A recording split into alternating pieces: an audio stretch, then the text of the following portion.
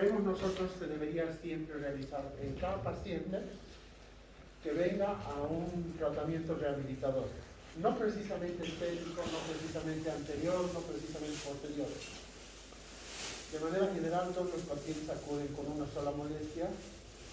Sin embargo, el abordaje nuestro siempre tiene que ser integral.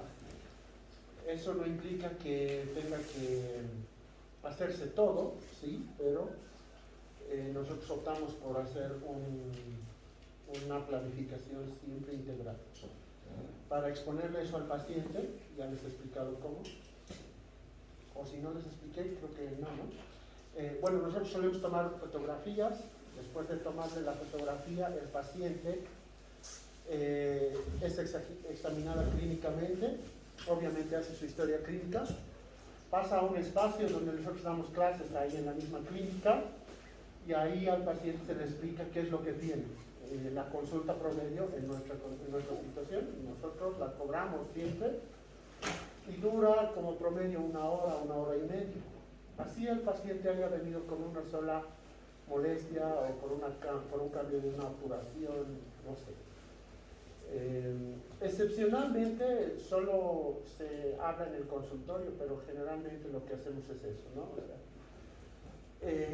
y bajo ese criterio, casi la mayoría de los pacientes, si no todos, pasan por un proceso de fotografía que ustedes ya lo saben. Entonces, doctores, lo que quisiera que vayan viendo es que cuando el paciente acude a consulta, ustedes tienen que hacer relaciones de planos, de líneas de referencia faciales, que nos brindan, digamos, al momento de hacer un tratamiento estético del sector anterior, muchas pausas, ¿no? Como van a ir viendo en el progreso de los módulos. Un caso, por ejemplo, que hay de un descenso de labio o de hiperactividad del labio superior. Entonces, lo que nosotros con estos planos evaluamos es la simetría que puede o asimetría que podría tener el paciente, ¿no? Que en este caso creo que no tiene mayor inconveniente, ¿no? Entonces, evaluamos obviamente planos bipupilar, el plano intercomisural, línea media, ¿no? Estas líneas que son paranasales son muy importantes, porque se asume que entre esos planos o esas líneas deberían entrar las 6 piezas anterosuperiores, o sea, de canino a canino, teóricamente. Ahora no siempre se aplica eso, ¿no? Existen pacientes que tienen el rostro o el maxilar de cierto tamaño, con cierta atrofia, por decirlo así.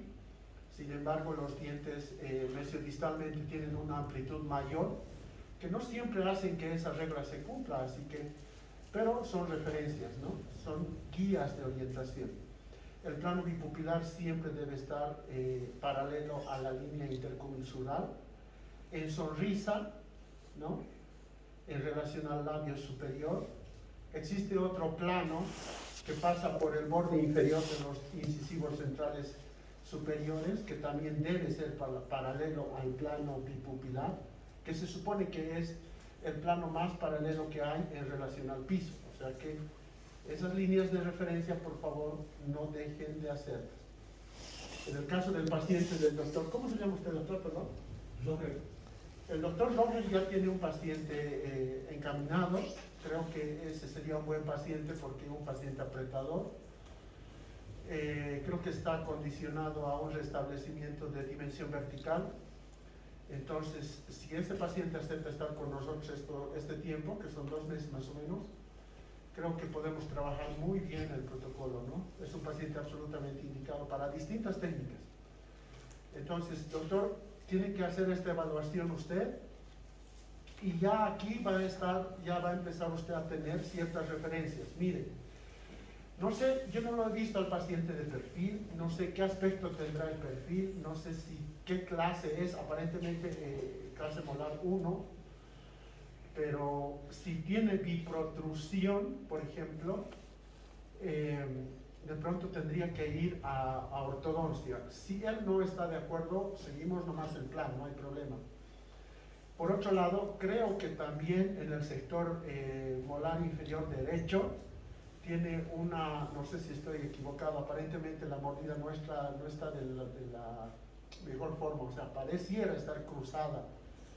O sea, hay que hacer esa evaluación funcional en clínica para ver que el encerado tenga que ser modificado, o sea, tenga que modificar esa posición si es que no va a ir a ortodoncia.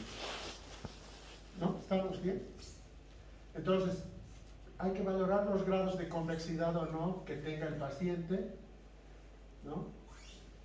El grado de exposición que tiene el paciente, es muy importante determinar eso,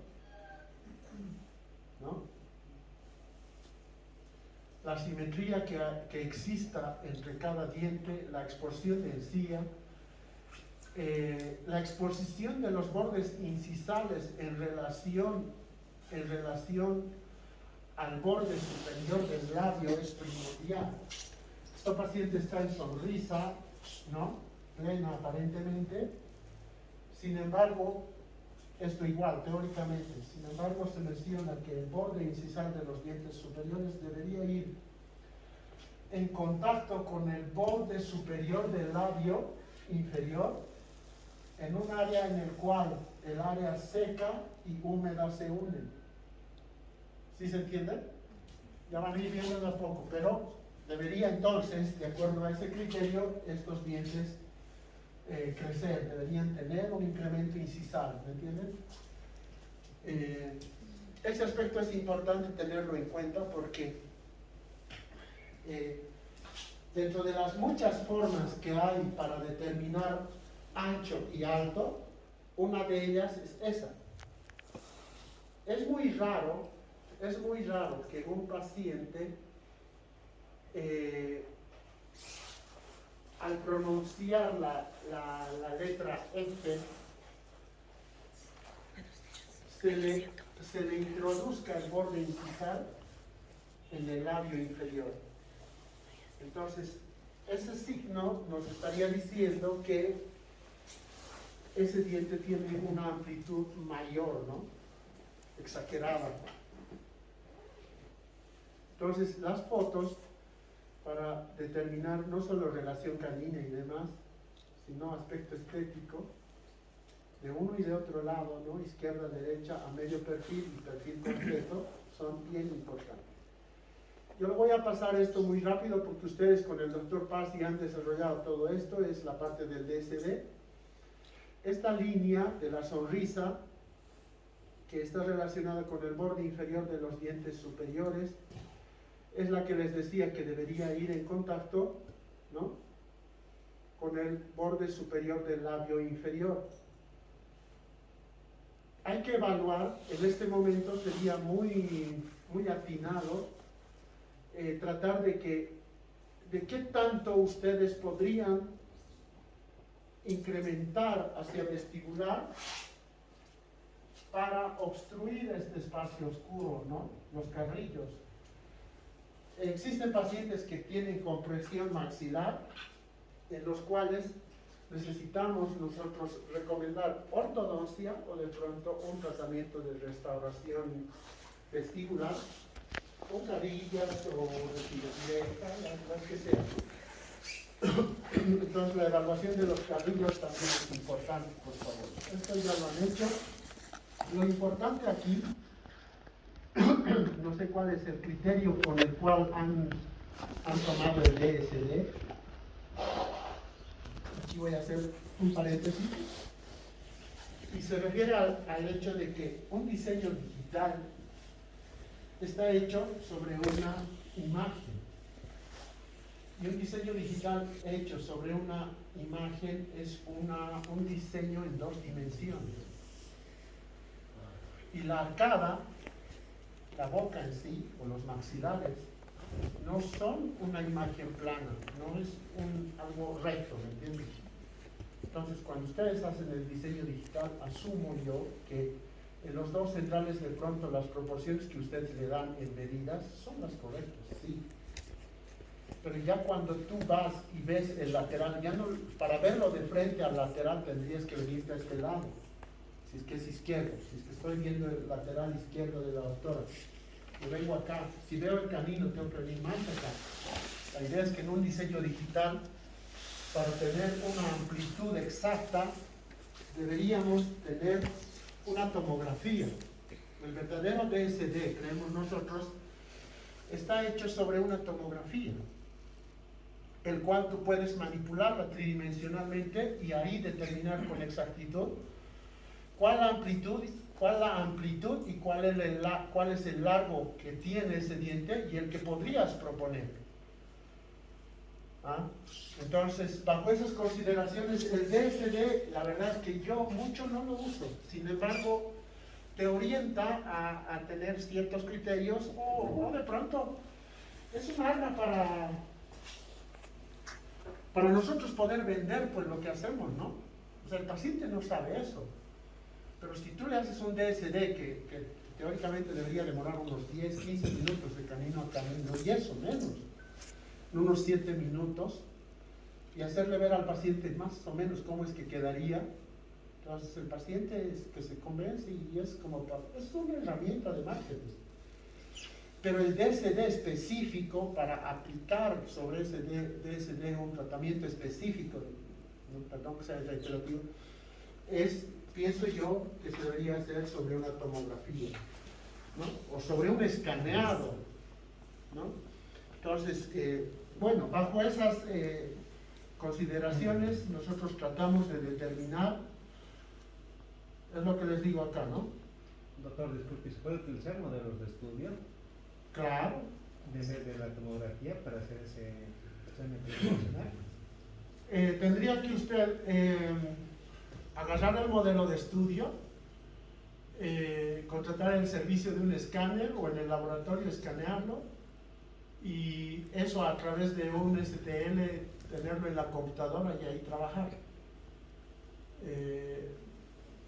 Ahora, el tema es que cuando usted le toma un modelo de estudio al paciente, usted quiere hacerle una propuesta, porque se supone que el modelo de estudio le sirve a usted para, además de analizar en qué sentido debería crecer o no el diente, digamos hacia incisal, o digo hacia incisal, hacia cervical o en amplitud, debería ser para que usted elabore sobre ese modelo una propuesta para su paciente. Entonces, ¿usted cómo es que podría determinar el ancho y largo que usted le va a proponer al paciente? ¿Me entiende? Entonces, a lo que estamos yendo es al hecho de que usted va a poder, con una operación aritmética que vamos a ver ahora, determinar el ancho y largo del diente y proponerle eso al paciente. Ahora, en un modelo no está mal hacerlo, pero tener un modelo de estudio y mostrarle al paciente no es lo mismo que tenerlo en la boca como tal, la propuesta, o sea, el mockup. ¿Me entiende? ¿O no? Creo que no queda bien, ¿no? Ahorita pero vemos, mire. Entonces, perdón, estoy retrocediendo. Ahí. Esto es lo que le digo, doctor. Entonces, viene el paciente, fotos, en muchos de los casos. Apenas entra el paciente, llena la historia clínica, hay un espacio ahí donde se menciona el motivo de consulta y el motivo de consulta, digamos, porque es nuestro módulo, dice Tarigues. Entonces yo ya estoy evaluando, apenas empiezo a hablar con ella, le digo que se quite el barbijo por la época, ¿no? Entonces estoy ya evaluando qué grado de exposición tiene el incisal, qué tanto de encía muestra, qué tanto de carrillos muestra, qué tipo de sonrisa tiene. Yo ya estoy viendo eso y tratando de tomar nota de eso.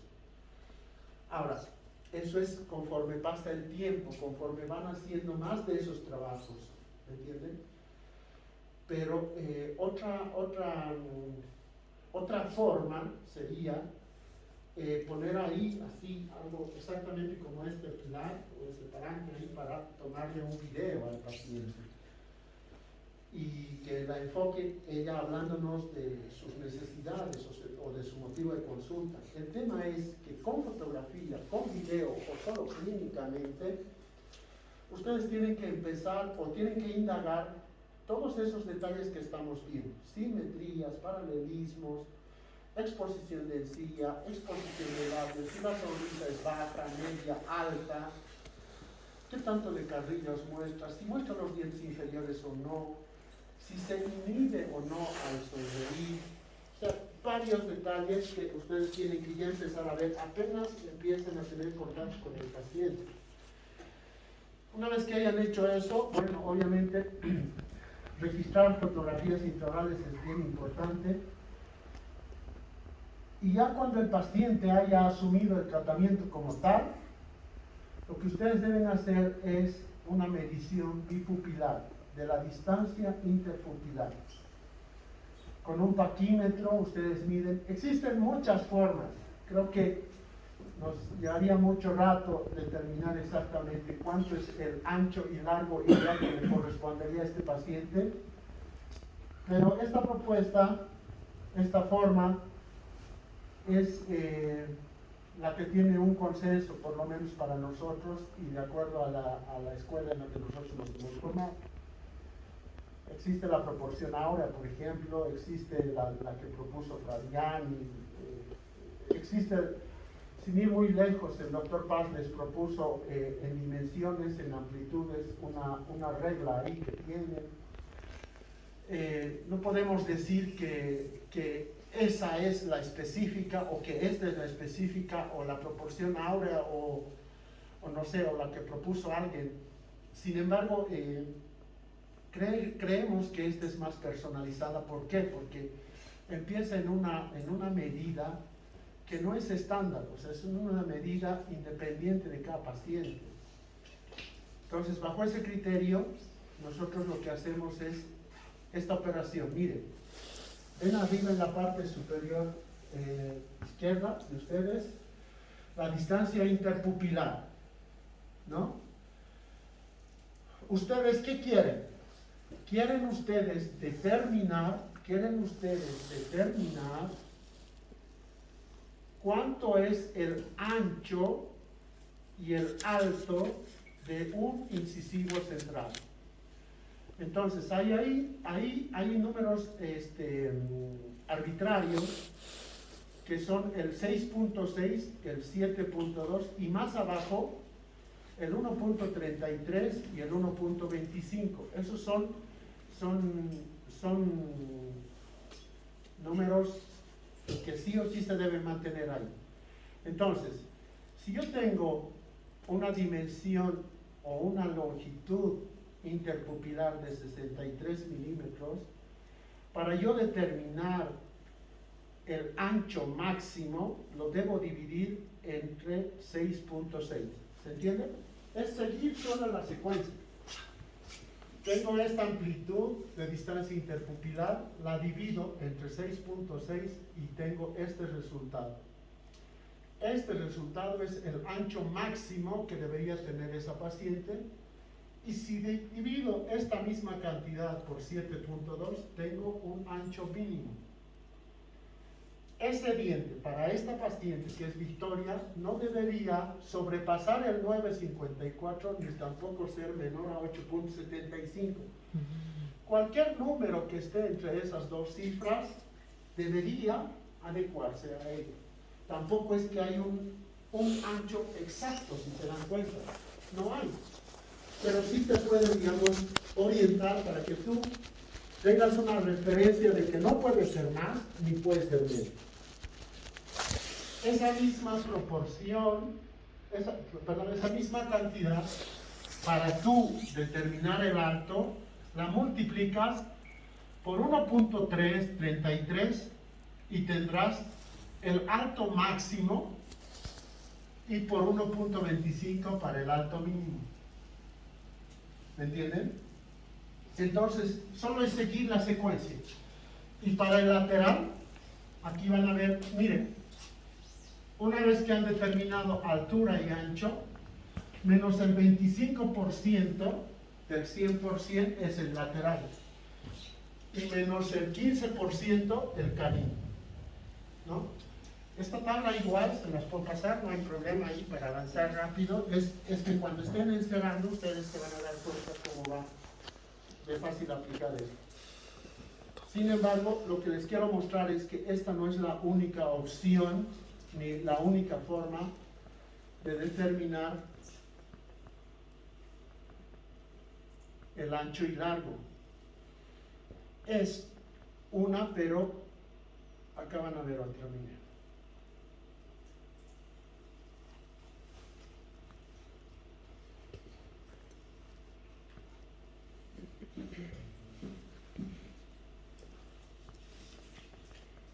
¿Hasta ahí tienen alguna duda? Lo que tenemos que nosotros determinar es que si las amplitudes o longitudes de ese diente están acorde al rostro del paciente. Por ejemplo, este es un caso que hicimos de Valeria.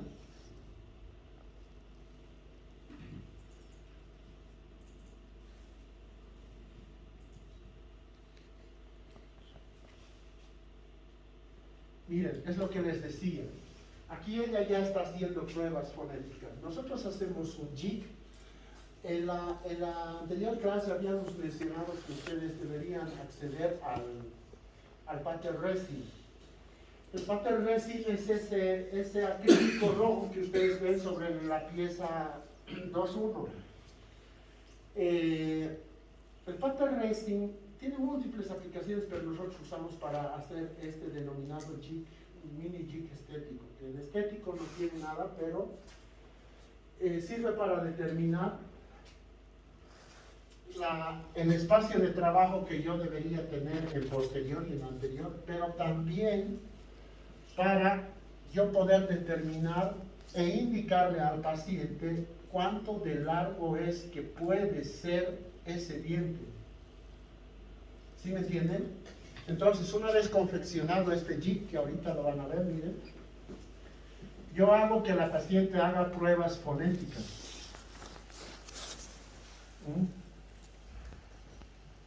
Miren, entonces yo puedo disminuir acá más, porque veo, miren, veo que acá está muy por debajo de ¿qué hemos dicho? El borde superior del labio. Entonces, aquí ya te está orientando que este paciente no tiene mucha posibilidad de agrandar hacia incisal con una carilla, ¿me entienden?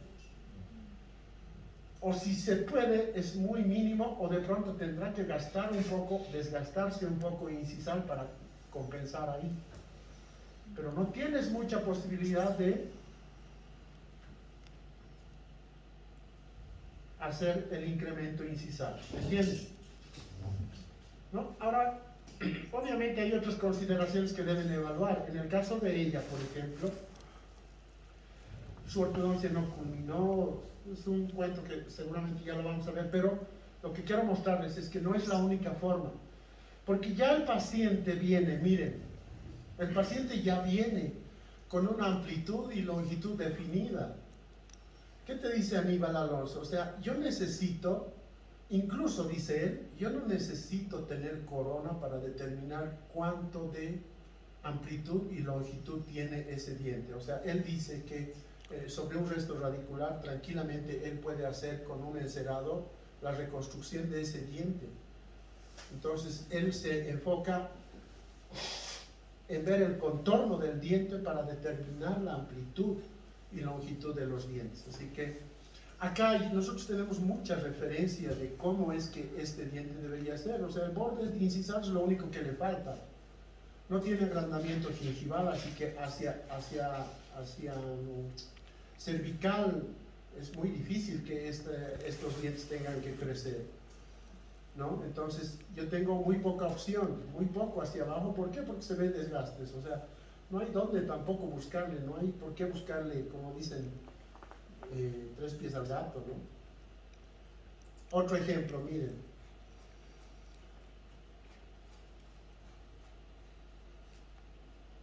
Esta paciente, miren.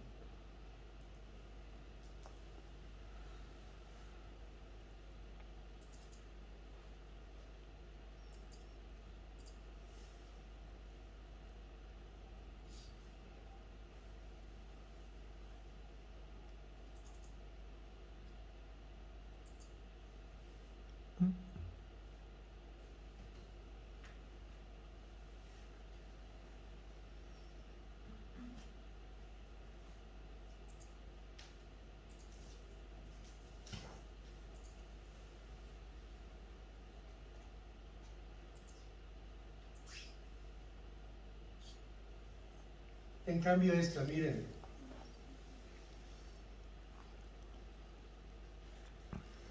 Otra forma de ustedes poder determinar el alto y ancho de este paciente, además de hacer las mediciones que les he dicho, siempre la clínica, todos sabemos, la clínica es la madre.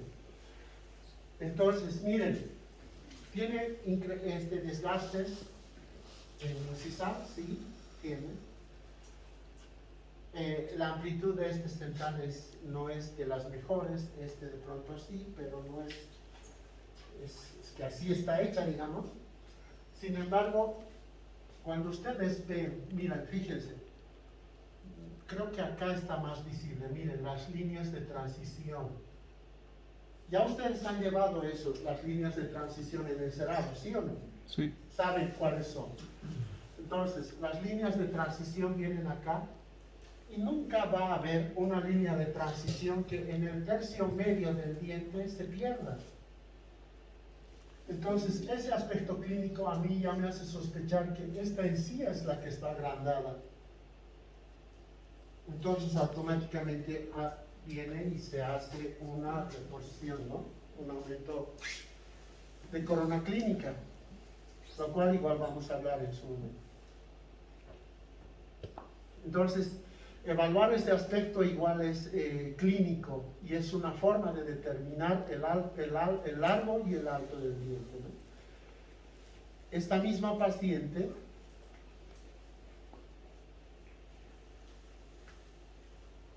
vamos a ver el caso completo, pero esto es solo para mostrarles. Mira, esta misma paciente va a cirugía. Obviamente hay que montar el articulador y acá miren. Ya acá le confeccionas el jig, buscas espacio protético y confeccionado el jig ahí,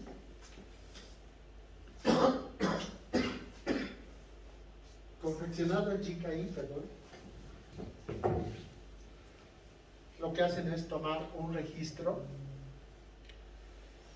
oclusal. Obviamente el jig tiene una cobertura palatina, plana por si acaso, que evita que los dientes superiores e inferiores choquen. ¿Por qué? Porque necesito espacio protético acá y al otro lado. Solo choca este sector, donde tiene la púa, ¿me entienden? Miren, acá, solo eso. Cuando yo le digo cierra, cierra, y aquí tengo espacio protético, aquí también, a este otro lado también para restablecer oclusales. Es lo que me imagino que el doctor ya hizo. De otra forma, no es la única forma, existen los hilos de roca, láminas de long, jig de Lucia, varios otros protocolos que te ayudan a determinar céntrica y espacio protético. Así que nosotros proponemos esto para indicarle al protesista, que quiero que me insere hasta acá. ¿Me entienden? O sea, una vez que yo tomo el registro oclusal, le tomo los moldes, obviamente hago las pruebas fonéticas, no está como en el otro caso, ¿me entienden? Ahí estoy corroborando que le falta crecer a esos dientes. Y acá estoy viendo que teniendo esa longitud de ese diente, voy a poder compensar este espacio oscuro. Espacio oscuro, digo, a todo este espacio, miren, que acá está siendo cubierto, ¿me entienden? Ahí le hago hacer las pruebas fonéticas y si todo va bien, tomo el registro oclusal y ya. Entonces, tomo impresiones y una vez que tomo impresiones, el protesista tiene este jig igual, vacía los modelos, pone este jig en el modelo y encera a esa altura, ¿no? A esa altura en incisal para abajo igual y en oclusal lo propio. Eso ya han hecho ustedes. Saben transferir todo eso de la boca al articulador como a través de un arco facial. ¿No ven? Eso ya lo han hecho. Bueno.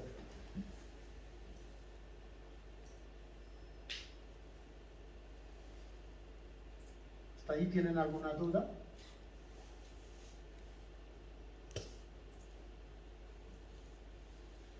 Entonces, esto se los voy a mandar al grupo igual para que ustedes lo tengan ahí como referencia. Y bueno, como ya ahora sé qué amplitud podría yo tener, hago el encerado. Esas constantes que tienen, ¿son constantes las que tienen? Existen constantes, ¿no? ¿O es de acuerdo al número 63 que acabamos de realizar? La constante, doctor, es el 6.6, el 7.2. Hay otra constante, más abajo es el 1.33 y el 1.25. Esas son constantes. ¿Ya?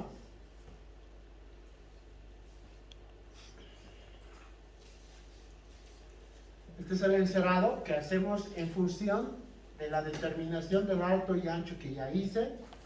Esto ya lo han llevado ustedes. Aquí está una propuesta. Tomo una matriz palatina. En el caso de la paciente que estamos viendo es la planificación que hicimos para una restauración en resina directa, por si acaso. Vamos a hablar mucho de hacer, quienes traigan paciente y quienes quieran hacer resina directa, igual, súper bien. Y aquí está haciéndose el protocolo. Todo el examen clínico previo, fotografías y demás, dimensiones de largo y ancho.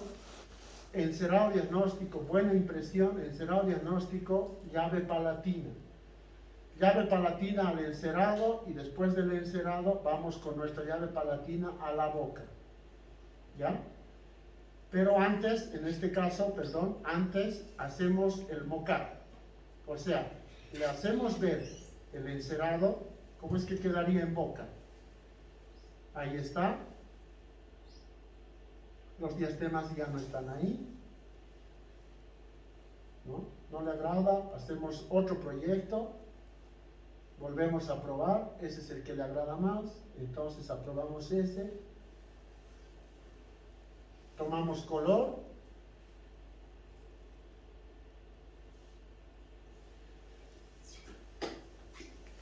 Y el tono de color. En caso de que es resina directa.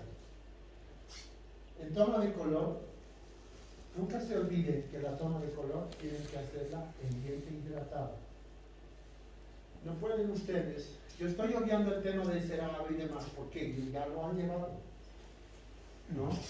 Pero bueno, en toma de color, por favor, nunca deben tomar color en diente deshidratado, siempre hidratado. Ahora, que si esta es la única forma de tomar el color haciendo las bolitas de resina, no necesariamente. Ahora, si alguien me pregunta y me dice, doctor, ¿qué resina es la que uso mejor? Yo digo que la resina que tenga, la marca que tenga, debería tener la mayor gama o toda la gama posible de colores. Y que mi habilidad esté adecuada a este tipo de resina, la consistencia de esa resina. Y que mi memoria visual ya esté familiarizada con esa resina y con los dientes que yo veo diariamente. O sea que, si yo digo en este momento, 3M es la mejor, o Tetric, digo claro, es la mejor, o Omega, o Miserium, o las de la Care, no sé, o las de Ultraden. Si yo veo, por ejemplo, 3M no tiene, por lo menos a mí nunca me llegó los colores en cuerpo que yo necesitaba cuando yo los pedía. Me llegaba a 1, a 2, a 3. Me llegaba alguna vez el translúcido, básicamente. ¿No? Nunca me ha llegado bleach. Nunca me ha llegado un white ¿me entiende? Ivoclar sí, pero para cuando yo estaba involucrándome en las resinas, se me hacía muy caro, no entré a trabajar con Ivoclar, para serles honesto. Yo tomé un curso con Andrés Román hace muchos años y él empezó a trabajar, bueno, él siempre trabaja, él es speaker de HRI, Miserio, y a partir de esa vez que él tuvo también la gentileza de traernos el kit completo de Colombia, con el calentador y demás, son 14 resinas con 6 colores de dentina, 6 de esmalte, sí, también esmalte 6, en 3 de diferentes tonos, tiene translúcido, o sea, tengo todo, no toda la gama, pero una gama amplia, digamos, ¿ya? Entonces yo, para mi habilidad y mi memoria visual, ya estoy acostumbrado a trabajar con eso. Pero pienso yo que ustedes tienen que buscar uno en el cual puedan echar mano de todos los colores posibles, ¿entienden? Ahora, adicionalmente a eso, ustedes también tienen que buscar tintes, ¿no? Opacadores en resina y fluidos. Entonces, si ustedes viene el paciente, doctor, quiero hacer esto, solo este diente porque este me hicieron endodoncia y se oscureció. Pero no quiero cerámica o no puedo pagar cerámica. Entonces tu directa opción es una resina, directa o indirecta. Entonces tienes que opacar primero ese sustrato, tomar impresión, hacer una resina indirecta. Tú o el laboratorio, pero la tienes que opacar antes. ¿Y qué tipo de opacadores conoces? Distintos, pero básicamente son fluido y resina como tal. No hay opacadores que sean de un solo color, por si acaso. Un opacador existe de distintos tonos, no hay un solo tono de opacador. Ahora, adicionalmente a eso, unos tintes. Ivoclar, creo yo, en nuestro medio, porque hay en otros países, por ejemplo, los de GC, vienen en botellitas como adhesivos, como bonding, digamos, botellas chiquitas, en distintos tintes. Pero yo pienso que esto es para alguien que hace mucha resina, ¿no? O sea, son 5 ml creo que vienen, me parece mucho, pero los colores que tienen tintes Tetrix creo que son muy buenos también. Pero bueno, entonces yo necesito afinarle al color tal cual. Entonces voy haciendo la toma de color. La toma de color la hago del sustrato, obviamente, a nivel cervical, a nivel del tercio medio y a nivel del tercio incisal. Siempre considerando que a nivel del tercio incisal el esmalte tiene un grosor X, que termina en 0,2 promedio. Y que a nivel incisal la dentina tiene un grosor igual que termina en 0,1, 0,2, ¿no? Entonces, haciendo esas consideraciones de translucidez del esmalte, yo tomo color en el tercio cervical, de dentina primero, en el tercio medio, en el tercio incisal, y si amerita, en los márgenes mesialo-distal.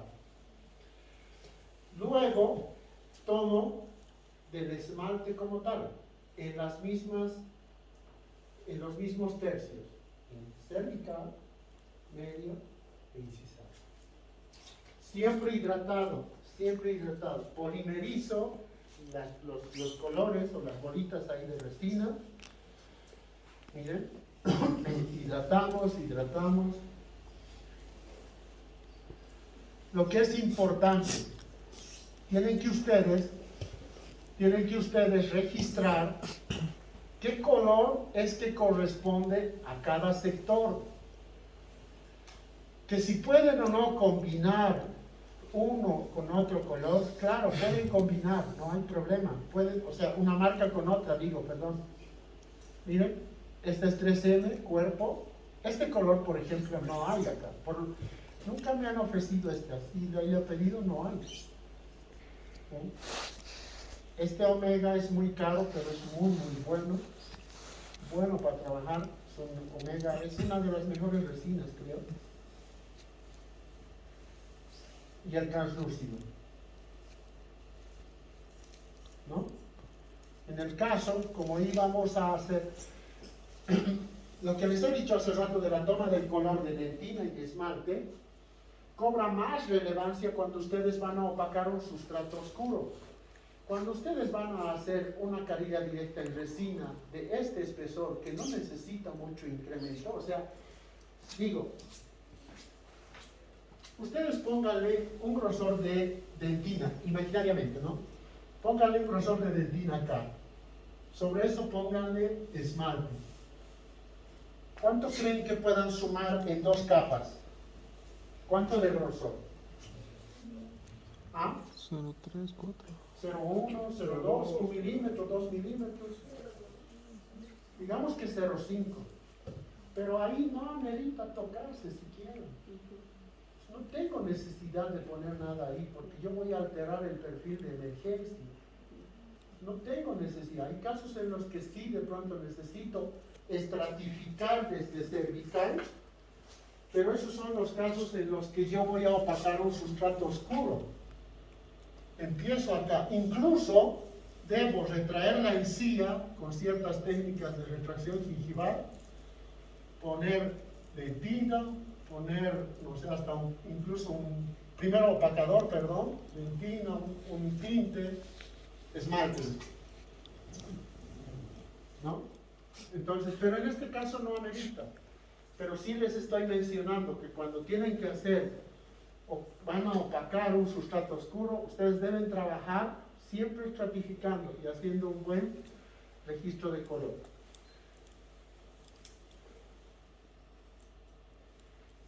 ¿Aíslan o no aíslan? Yo creo que el procedimiento de aislado absoluto facilita mucho el trabajo para muchos procedimientos, pero eso no implica que procedimientos hechos sin aislado absoluto no sean duraderos. Hay que tener buen control de humedad. Eso implica que un suctor de alta potencia en tu sillón haría mejor control. Un buen aislado relativo ayudaría, pero si estás en la posibilidad de aislar, mejor, creo yo. Pero es un tema de controversia, ¿no? Que tan necesario es o no aislar cuando vas a hacer un proceso de adhesión sobre esmalte. No siempre es considerado para muchos imprescindible. Sin embargo, es una opción más que te ayuda a hacer un buen control de humedad, ¿no? Ahí está, entonces con la llave, con la matriz palatina, ya determinado el color, en la matriz palatina,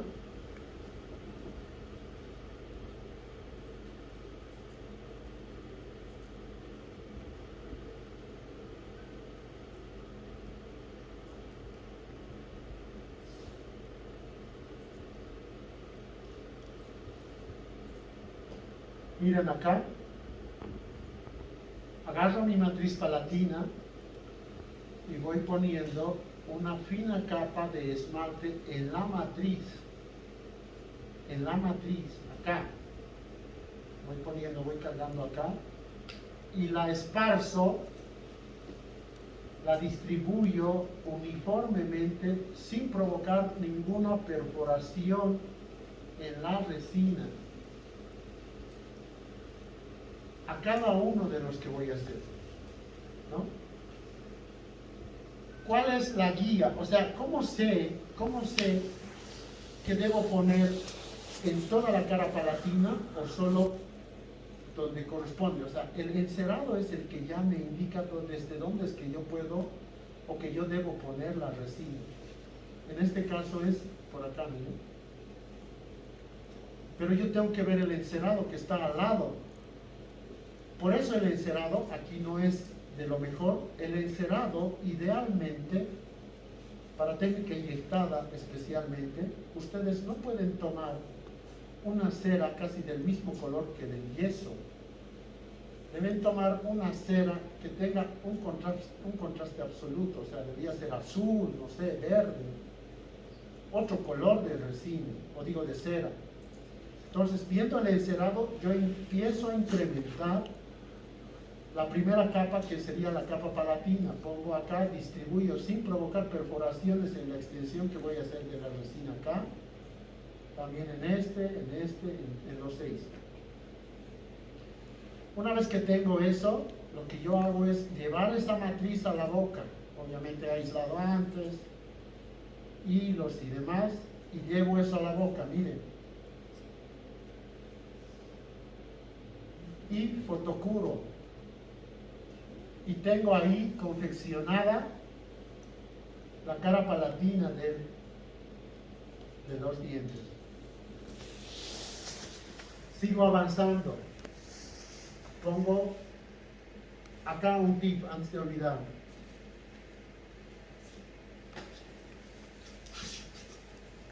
Ustedes van a poner la matriz palatina hacia palatino de los dientes.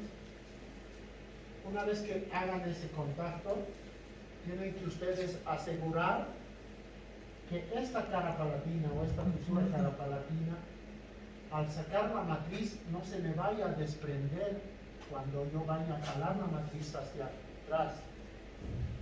¿Cómo logro eso? Pongo una resina fluida muy finita o una gota y la esparzo con un microaplicador del estilo italiano o un instrumento tipo sonda exploradora. Esparzo esa fluida para que haga un contacto íntimo entre esta futura cara palatina y el diente. Hago eso en todas. No tendría razón de hacer eso si esta matriz fuera de silicona transparente, por ejemplo, porque la polimerización vendría a través de la matriz y sí o sí polimerizaría. Pero si yo acá voy a polimerizar a través de la matriz, obviamente no va a llegar el grado de conversión a este sector por el grosor que tiene la matriz. Entonces son opciones, pero lo que quiero es que se aseguren de que cuando ustedes hagan la polimerización, esa capa que están construyendo no se les desprenda, ¿me entienden? Otra consideración importante, miren.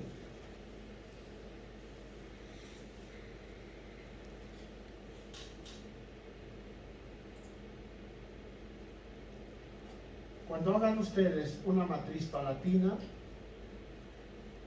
corten. Este corte está hecho o debería estar hecho. No es acá preciso, pero debería estar hecho en la unión de la cara incisal y la cara vestibular. O sea, en ese ángulo es que deberían cortar. O sea que acá debería haber un tope que representaría la cara incisal. ¿Sí se entiende? ¿Sí no? Sí. Miren, si este es un incisivo central visto de perfil, la matriz palatina debe confeccionar para palatino y para borde incisal también. ¿Entienden? Y hay una unión entre el borde incisal como tal y la cara vestibular. O sea, la cara vestibular y el borde incisal hacen un ángulo. Y en ese ángulo es que debería ser cortada la matriz. ¿Ya? Y cuando hagan esa cara palatina, deberían estar ya confeccionando también el borde incisal o la cara incisal.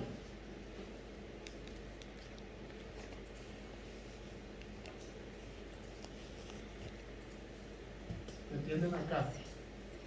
A este nivel.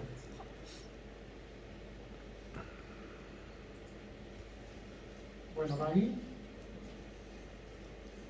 A esto. Y acá, miren. otra cosa acá. Pueden usar tira de celuloide, sí pueden usar. Pueden usar, perdón, Teflón. el teflón para esta situación no es estable, doctor. ¿Por qué?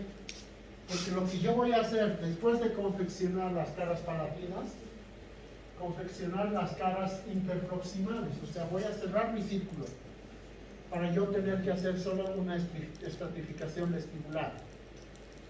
Entonces, estoy trabajando solo con esmaltes. Yo creo que muchas opciones no hay. Esta es la técnica de Newton Farr. Entonces, yo aplico ahí esta matriz interproximal. Las matrices, obviamente, mientras más delgadas sean, mucho mejor. Subgingival, la puedo sujetar a este nivel, miren, con una cuña, de ser necesario. Muchas de las veces no lo es. Pero lo importante aquí, ¿qué es?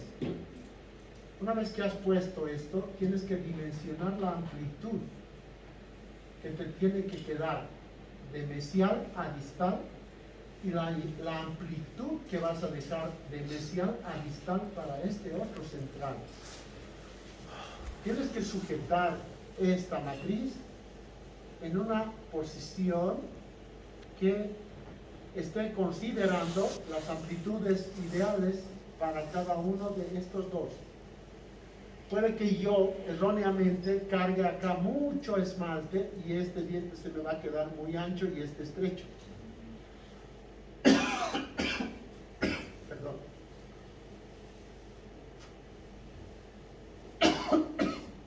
Este es el momento en el que ustedes tienen que determinar eso. Por eso la cuña acá sería ideal. Poner también acá por palatino un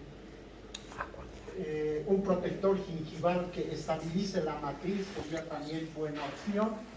El tema es que tú, viendo de frente a los dos centrales, tengas que tener el espacio ideal para este diente y para este diente, el ancho digo, ¿no? Ahora, una vez hecho esto, posicionada en el lugar correcto, en sentido mesiodistal, la matriz, lo que tú debes hacer es aplicar la resina ahí de este mismo tono, que es esmalte. Entonces, ¿qué haces?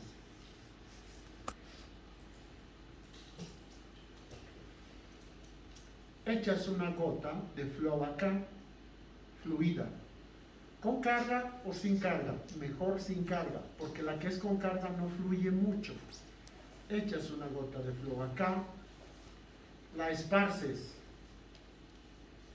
por acá, que creo que está acá ese instrumento, miren. Este instrumento ayuda a trabajar eso. Ahorita vuelvo a la imagen.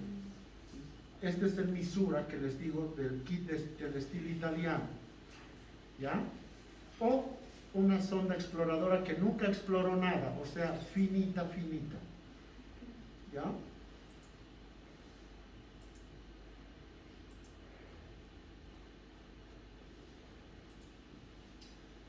Entonces, miren, acá, hecho fluida,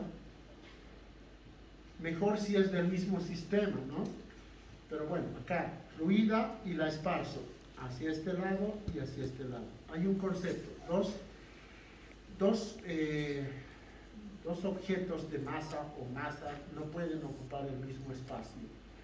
Así que sobre eso yo pongo esta resina del mismo color de esmalte, ¿no? Acá. ¿Me entienden? ¿Con qué finalidad pongo la fluida? Para encontrar una mejor unión en esta cara de la resina con la superficie del diente. Si yo pongo directamente solo resina, la consistencia de la resina no me permite lograr un buen sello a ese nivel, un buen sello, una buena unión entre la resina y la cara mesial de este diente, o distal en este caso. ¿No? Y así voy confeccionando uno y otro otra pared, bestial y distante. Otra pared. Gracias.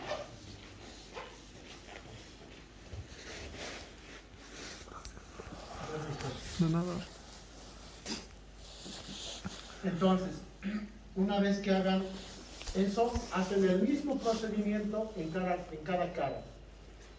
Nunca se olviden, por favor, dejar esta matriz en el lugar que corresponda, considerando el espacio que tienen que tener para este central y para este.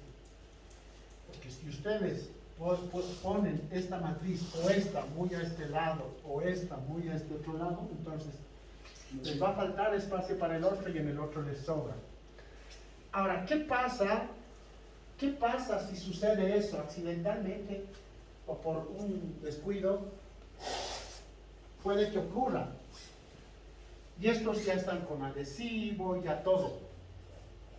No me estreso, no hay problema. Agarro discos Soflex y empiezo a reducir hasta lograr las amplitudes que yo deseo. En este momento también, para estar seguro de que estoy bien en las amplitudes, puedo yo agarrar un paquímetro y medir. ¿Cuánto miden el tercio incisal, tercio medio y tercio cervical? Las mismas medidas deberían existir acá y acá. Si veo que uno está más ancho que el otro, lo trabajo. ¿Con qué? Con discos Soflex o con lijas interproximales. ¿Eso qué conlleva?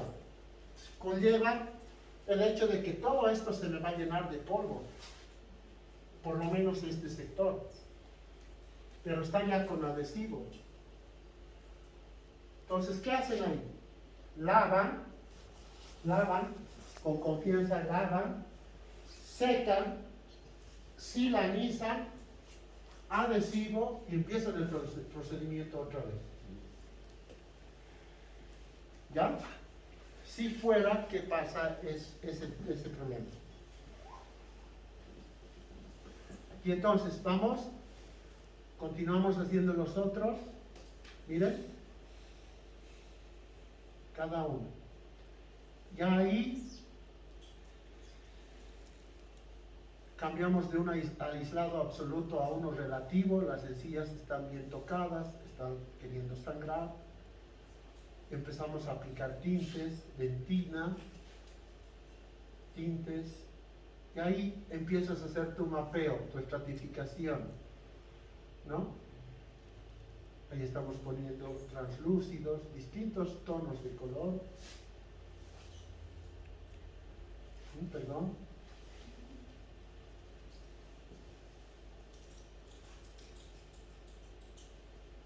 Ahí. Acá pueden, para no, el teflón en sí no está determinando nada acá, solo que ocurre que existe casos en los que van a tener tal vez que, perdón.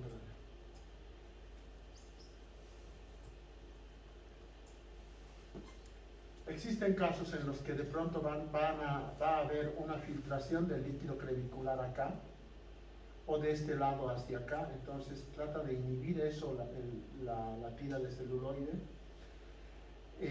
Otro tema, pasa que de pronto has incrementado resina y tienes que disminuirla, agarras una fresa, la disminuyes, cortas la resina y tienes que silanizar adhesivo para que ese adhesivo no se te vaya al otro diente. Entonces está esta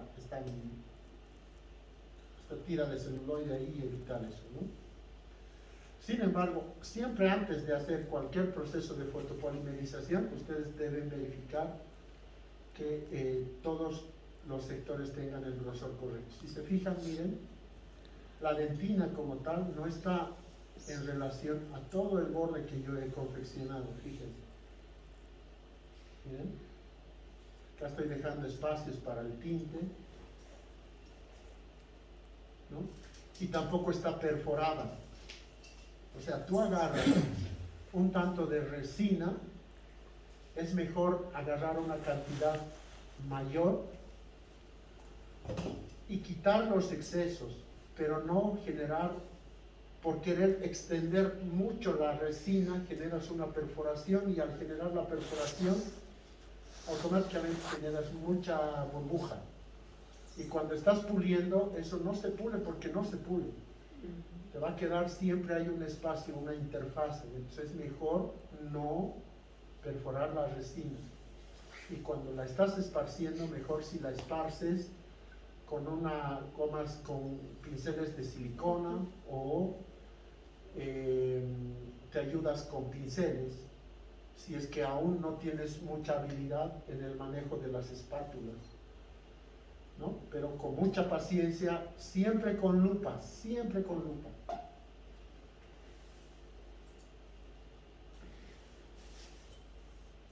Miren acá, ha habido una contaminación en ese sector, sangrado y demás, pones tira de celuloide, grabas, pero en este momento, ¿por qué estoy grabando si ese esmalte ya está grabado? En muchas situaciones me van a escuchar decir que el ácido fosfórico en odontología es usado también como un detergente, solo para limpiar. Desintegras todo lo que haya quedado ahí de los restos de sangre o de la hemorragia que hubo ahí, lavas y empieza tu proceso de polimerización otra vez. Tienen que tener mucho cuidado, miren, tienen que tener mucho cuidado con esto. Aquí voy a hacer un acercamiento, creo que no puedo hacer más, pero miren acá. Acá hay hilo, por si acaso. Acá también hay hilo. Si yo pongo una resina sobre una pelucita que hay del hilo, ese es el lugar por donde se va a filtrar y esa resina va a empezar a cambiar de color en el tiempo. Entonces, a partir de esas complicaciones que tuvimos, hoy en día yo ya no uso hilo trenzado para un procedimiento de este tipo. Si por decir este paciente tuviese una lesión cervical no cariosa en este nivel, yo prefiero retraer, si no puedo retraer con aislado absoluto y con clamps obviamente, agarro teflón, aislado relativo, pongo teflón acá, teflón, y eso es lo que me ayuda a retraer la encía. Vamos a ver esa presentación igual. Entonces el teflón no tiene ninguna pelusa, ¿no? Entonces, pero el teflón yo ya no lo uso, miren, el teflón yo solo lo hago así. No lo hago así, miren. No lo hago así. Porque cuando hago así, de por sí estoy generando irregularidad. Pero si solo lo aprieto, es menos irregularidad, ¿no? Entonces, y eso empiezo a empacar dentro del surco y de la misma forma me da espacio de trabajo, o sea, me retrae la encía y además que ahorro mucho, ¿no? Y además que se puede autoclavar. Tiene que tener teflón, pero no el teflón que vende TDB. Hay un kit de TDB grande, azul, no sé si han visto, y hay una cinta de teflón medio celeste, ¿no? Esa es muy gruesa. Y dentro de los teflones que tenemos en plomería, existen dos, uno que es para gas y otro que es para plomería normal, digamos. Yo uso el más delgado, ¿ya? El que es para gas creo que viene, no sé si está normado eso, pero creo que es amarillo. Pero es más grueso. O sea, más grueso no, pero ancho. Ancho y tiene un poquito más de consistencia. El otro es más maleable, digamos. Entonces, yo hoy en día ya no uso estos trenzados para este caso. Ah, pero si sangra es porque, aquí, ¿por qué sangra? Porque yo la he manipulado con el hilo. He tocado mucho esta encía con el hilo porque este estaba con aislado absoluto al principio. Es por eso que esto está sangrando. porque una encía inflamada no es apta para hacer restauraciones de ningún tipo. Primero tiene que ese espacio biológico, ese surco gingival, ser estable para que yo haga cualquier tipo de restauración en cualquier sector del diente. Pero puedo controlar con el Viscostat Clear. El Viscostat Clear es un hemostático que no tiene óxido férrico, puede ser. Entonces no tiñe eso. En cambio, Ultradent igual tiene uno similar al Viscostat, pero que tiene óxido férrico. Ese ni por si acaso se usa acá. Pueden usar el Clear, que es blanco como tal, dejarlo ahí, o simple y llanamente esperar el proceso de coagulación sanguínea, que está en promedio 12 minutos máximo, 5-12 minutos. Entonces, mientras tú estás haciendo o trabajando en otro sector, esto va ahí, va a calmar. La manipulas con calma y empiezas a hacer tu estratificación. Entonces hay que tener cuidado con los hilos trenzados para este procedimiento.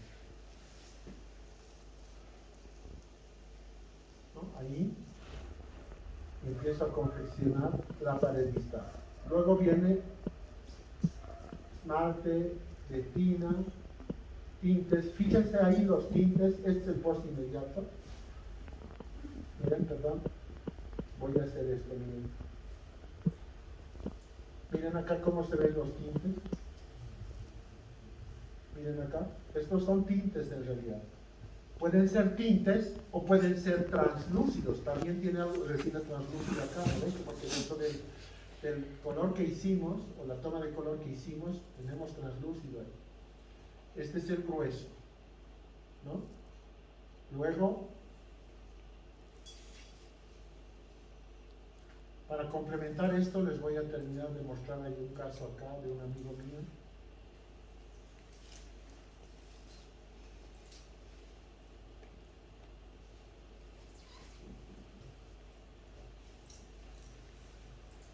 Para que no se les olvide lo que estamos repasando, por favor.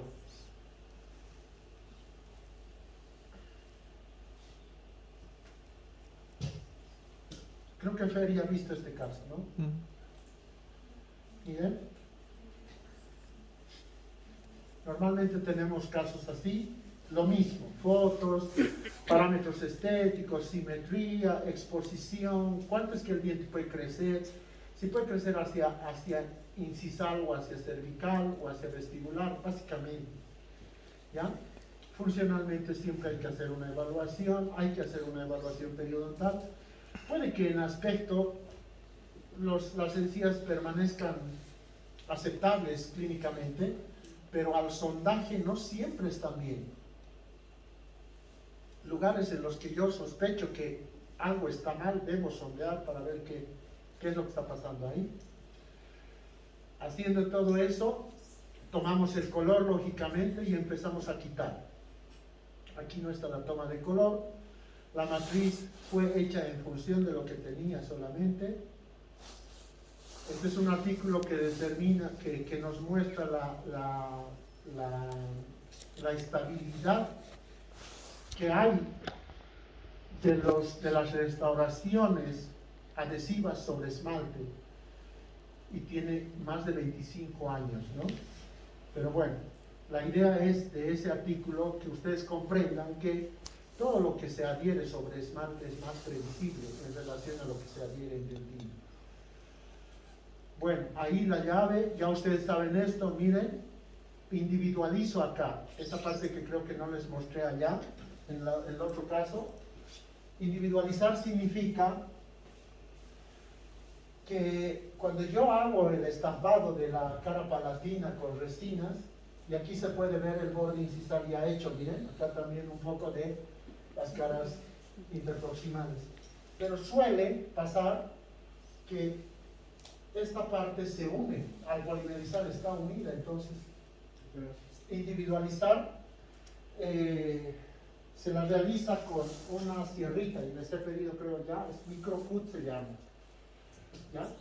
Pero el manejo del microcut no puede ir de mesial a palatino. Debería ir siempre de palatino hacia vestibular, perdón. Mesial a palatino, dije, ¿no? No. O sea, no puede ir de vestibular a palatino, tiene que ir de palatino hacia, o sea, la ciega tiene que venir de palatino, cortando hacia vestibular. Porque si ustedes hacen el sentido contrario, o sea, de vestibular hacia palatino, van a desprender o romper esto.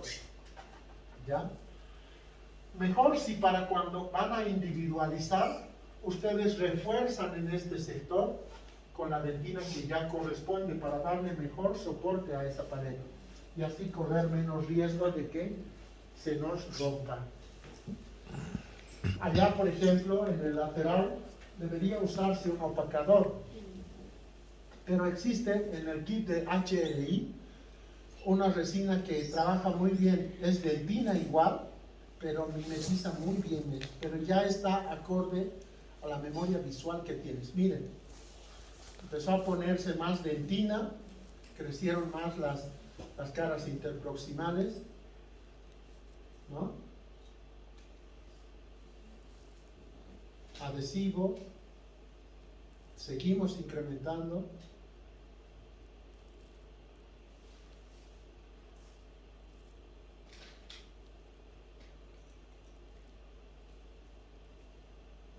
Ahí pasamos fresa, es lo que les decía. Si se contamina, ¿qué pasa? O si tú tienes que hacer alguna corrección o redireccionar esto, no necesariamente esto le debería pasar. Podrías tú ya provocar esto con pinceles, con instrumentos apropiados.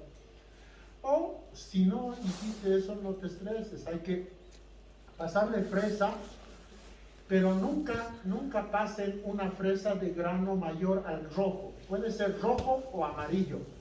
No pueden pasar una fresa de color azul, verde, o no, deja mucha huella que hacer desaparecer después. ¿Qué hago entonces? Mire, se empolvó, sangró, se ensalivó, lo que sea que haya pasado, el tema es que esto está directamente ahí, no puedo seguir mi proceso adhesivo.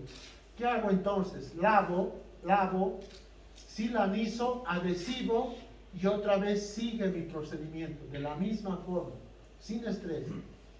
Me doy tiempo, es más, puede que en este momento el paciente, porque esto no lleva una hora, tranquilamente unas 2-3 horas, el paciente quiere ir al baño, no sé, se contamina, entonces viene, vuelve, trabajas así, silanizas, adhesivo y empiezas otra vez tu estratificación. Pero este marco, esta resina que se ha contaminado, ya no le pones ácido graduado de nuevo, ya no es necesario. Puedo ponerle, doctor, puedo ponerle, el ácido grabador no le hace nada a la resina. Si usted tiene una incrustación de resina acá, le pone ácido grabador, pero solo con un criterio que sería el de lavar, como detergente solamente. No precisamente porque le está haciendo microretenciones, no. Es diferente del ácido fluorhídrico sobre una restauración de cerámica. Ahí sí, el fluorhídrico sí a un disilicato de litio le altera su fase vítrea. Entonces, ese es otro tema. Pero el ácido fosfórico, ortofosfórico, a cualquier concentración sobre una resina, se usa y no pasa nada. Le puedo poner, sí, con un afán, porque digamos, si esta paciente está ahí y me dice quiero comer algo, o sea, inevitablemente, no sé, cierra la boca, la saliva, pegajosa, va y se contamina. Entonces, cuando vuelve, con solo lavar, o sea, echarle jeringa triple y aire, no sale todo eso. Entonces, ¿qué debo poner? Un ácido grabador usado con un criterio de limpieza solamente, ¿ya? Entonces, sobre eso, silanizo, adhesivo, fotocuro y sigo el procedimiento. Sigo estratificando características. Ahora, póngale atención a esto. puede que pase y tengan esta figura. No está de lo mejor, no está bien caracterizado, de pronto le falta un borde, le falta un plus en los caminos, le falta cerrar un poco de troneras, las áreas de transición no se perciben. Entonces, este criterio, miren, de hacer un mapeo y hacer una caracterización intraoral es muy, muy bueno. Entonces, ustedes van dibujando y empiezan a desgastar. Por ejemplo, veo que esta línea de transición sigue, de pronto es la que yo quiero, sigue una línea continua ahí, pero esta no. El aspecto de este diente es distinto a este porque la línea de transición en este sector está en una posición y esta en otra. ¿Qué debo hacer? Llevar esta línea de transición hacia el distal o hacia el medio del diente. Entonces, con un disco Soflex yo empiezo a trabajar esto hacia este lado, cosa de que la línea se marque por acá, o viceversa, en el otro lado lo propio, en donde sea necesario, ¿me entienden? Entonces, en este caso de pronto igual, ¿no? Acá puedo bajar un poco, acá tengo que bajar un poco. Entonces, ahora, si no es disco Soflex, puede ser fresas, pero nunca uso una fresa de grano grueso. Siempre pulido, o es amarillo o es rojo, ¿ya? Multilaminadas, excepcionalmente 30 filos, 35 filos. ¿Qué tipo? Fisura o tipo llama.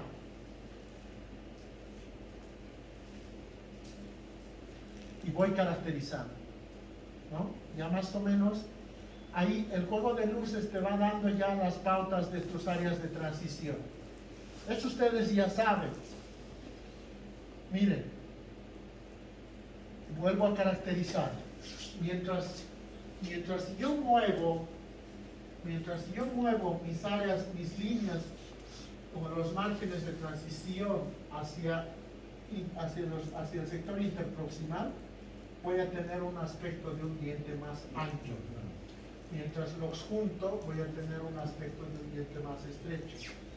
Mientras más redondeados son, más redondeados. O sea, es el área que delimita la forma del diente como tal. Y ahí ya, miren, fíjense, los juegos de luces, los flashes, cómo van ya dándole el contorno que más o menos es más aceptable, ¿no? Miren.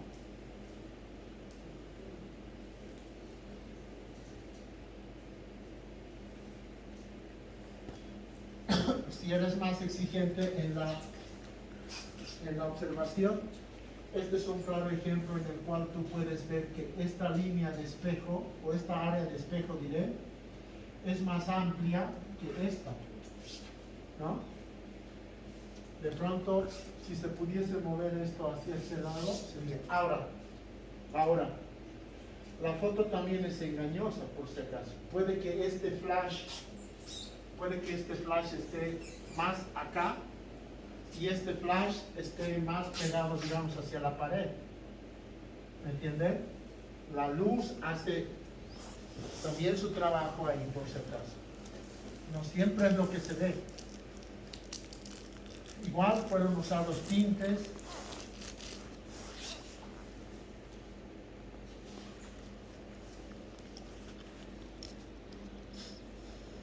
Nota ahí es que se nota mejor la caracterización incisal,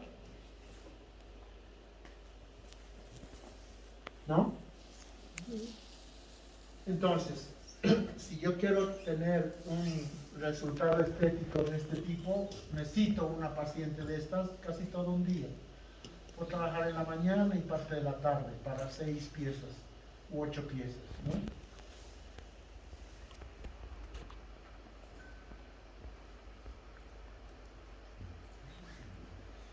¿Tienen alguna pregunta hasta ahí? Doctor, ¿el hilo retractor que puso fue individual o fue continuo? En el caso fue continuo, Ah, continuo, doctor. Sí, entra palatino, vuelve a salir por el mismo espacio interproximal, vuelve a salir.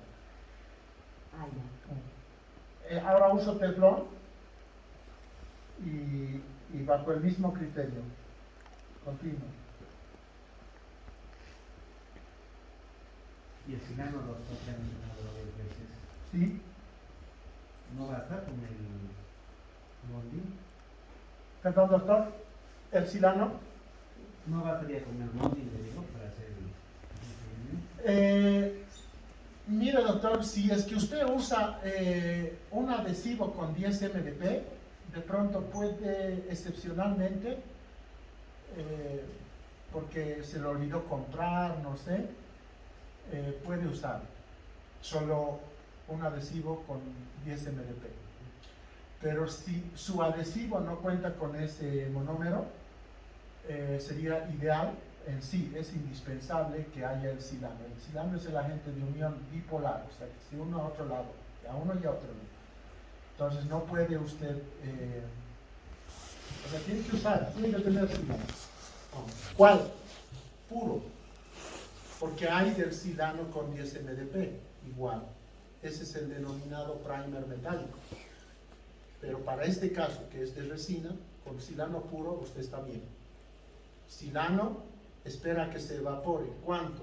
1 minuto, 2, o ayuda a que se evapore echándole aire. Y bueno, ya sobre eso, adhesivo y sigue.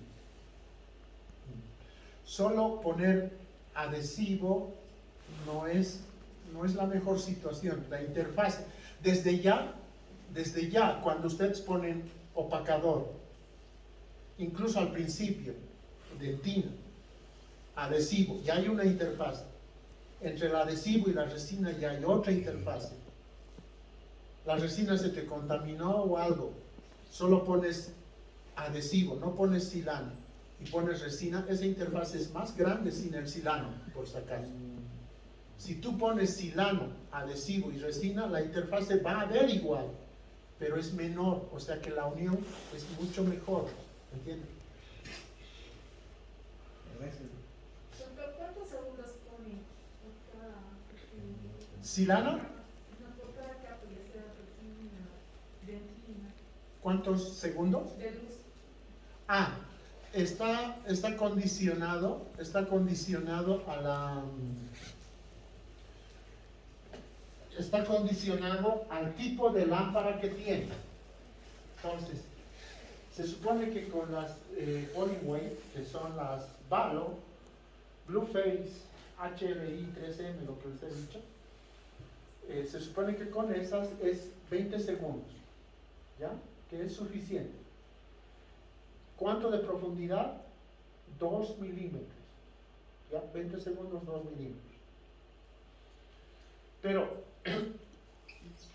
tienes una Blueface con alambre, tienes una Valo, o sea, enchufada digo, ¿no? O sea, con cable, enchufada. La estabilidad, la intensidad es estable. ¿Por qué no está ahí con toma de corriente directa? Una Valo igual, enchufada, tiene buena batería, digamos. Pero no es lo mismo tener ambas sin alambre, o sea, con pilas inalámbricas. Entonces, pasa que tú en qué momento sabes, por lo menos en las Valo que yo tengo, no te dice que esa batería ya se te está agotando. Directamente, cuando ya muere la batería, hace ti, y quieres otra vez, ya no da más. Entonces hay un antes de eso, que esa batería ya no está haciendo la emisión de luz en la intensidad que yo quiero. Ese aspecto, por ejemplo, en las inalámbricas altera el proceso de fotopolimerización. Y ahí yo ya no te puedo decir que tiene que ser 20 segundos. ¿No ves? Porque la intensidad es menor. ¿No ves? Por eso, y otro aspecto, por ejemplo, tú agarras tu Valo, la punta, díganme si ustedes agarran la punta, o sea, el cuarzo, si lo ponen autoclavado. Yo no, honestamente. Mi balo no la meto al autoclave. ¿Qué hago? La envuelvo con papel film, ¿no? Uso en una boca, quito y voy haciendo uso de ese modo. Está claro y está ya comprobado que el uso del papel film hace un grosor e interfiere también en la intensidad que emite la bala. Entonces, por esa razón, se ha determinado que sobrepolimerizar es una opción adicional. Ahora, por otro lado, contrariamente a eso, sobrepolimerizar produce un sobrecalentamiento pulpar. Y el sobrecalentamiento pulpar se traduce en una hiperemia. Entonces tú tienes que, mientras sobrepolimerizas, ventilar con aire, ¿no? Para tratar de compensar esa situación. ¿Entienden? Está El por ahí. fenómeno de contracción, cuanto más polimeriza, también hay contracción de los materiales. El tema de la contracción de polimerización siempre va a haber, si bien ahora con la nanotecnología que usan la mayoría de las resinas es menor, pero siempre hay. Entonces, la sobrepolimerización se supone que no debería, o sea, por más de que le polimerices 10 veces, eso no se contrae más. Se contrae hasta donde debe y nada más. No está en relación a que sin más polimerización, más contracción. No, o sea, se contrayó y está ahí, nada más. Entonces, la clave de esto es, creo, tratar de que el grado de polimerización del material, del adhesivo, de la resina, de lo que estés polimerizando, toda la masa como tal, tenga un grado de conversión de polimerización, pero completo, ¿no? Entonces, para eso se dice que son 20 segundos. Pero con las variables que hemos revisado, pienso que eso es muy subjetivo y está muy condicionado al tipo de lámpara que tengas, principalmente. No sé cuál tendrás, digamos, ¿no? ¿Y cuáles son las más recomendables? Las más recomendables son esas. No sé, a mi criterio, es muy personal, Valo es una de las mejores. Ahora Valo sacó, porque el otro tema, tú tienes un molar, no todos los molares son del mismo tamaño, ni todas las cavidades son del mismo tamaño. Se supone que la Valo convencional tiene una amplitud en diámetro, no me acuerdo cuánto, creo que es 7 milímetros de radio, ¿ya? Y la gran Valo es mayor, ¿no? Además de tener más intensidad, ya viene compensando el grado de sobrepolimerización, por ejemplo. Entonces, por ese lado a mí me convence más eso. Además que la Valo viene en este sentido solamente.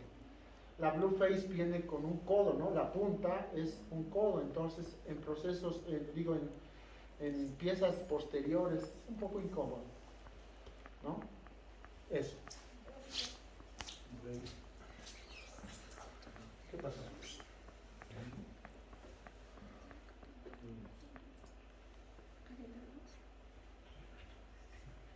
¿Quiere calentar a la chica? ¿Confías? ¿Cómo es eso?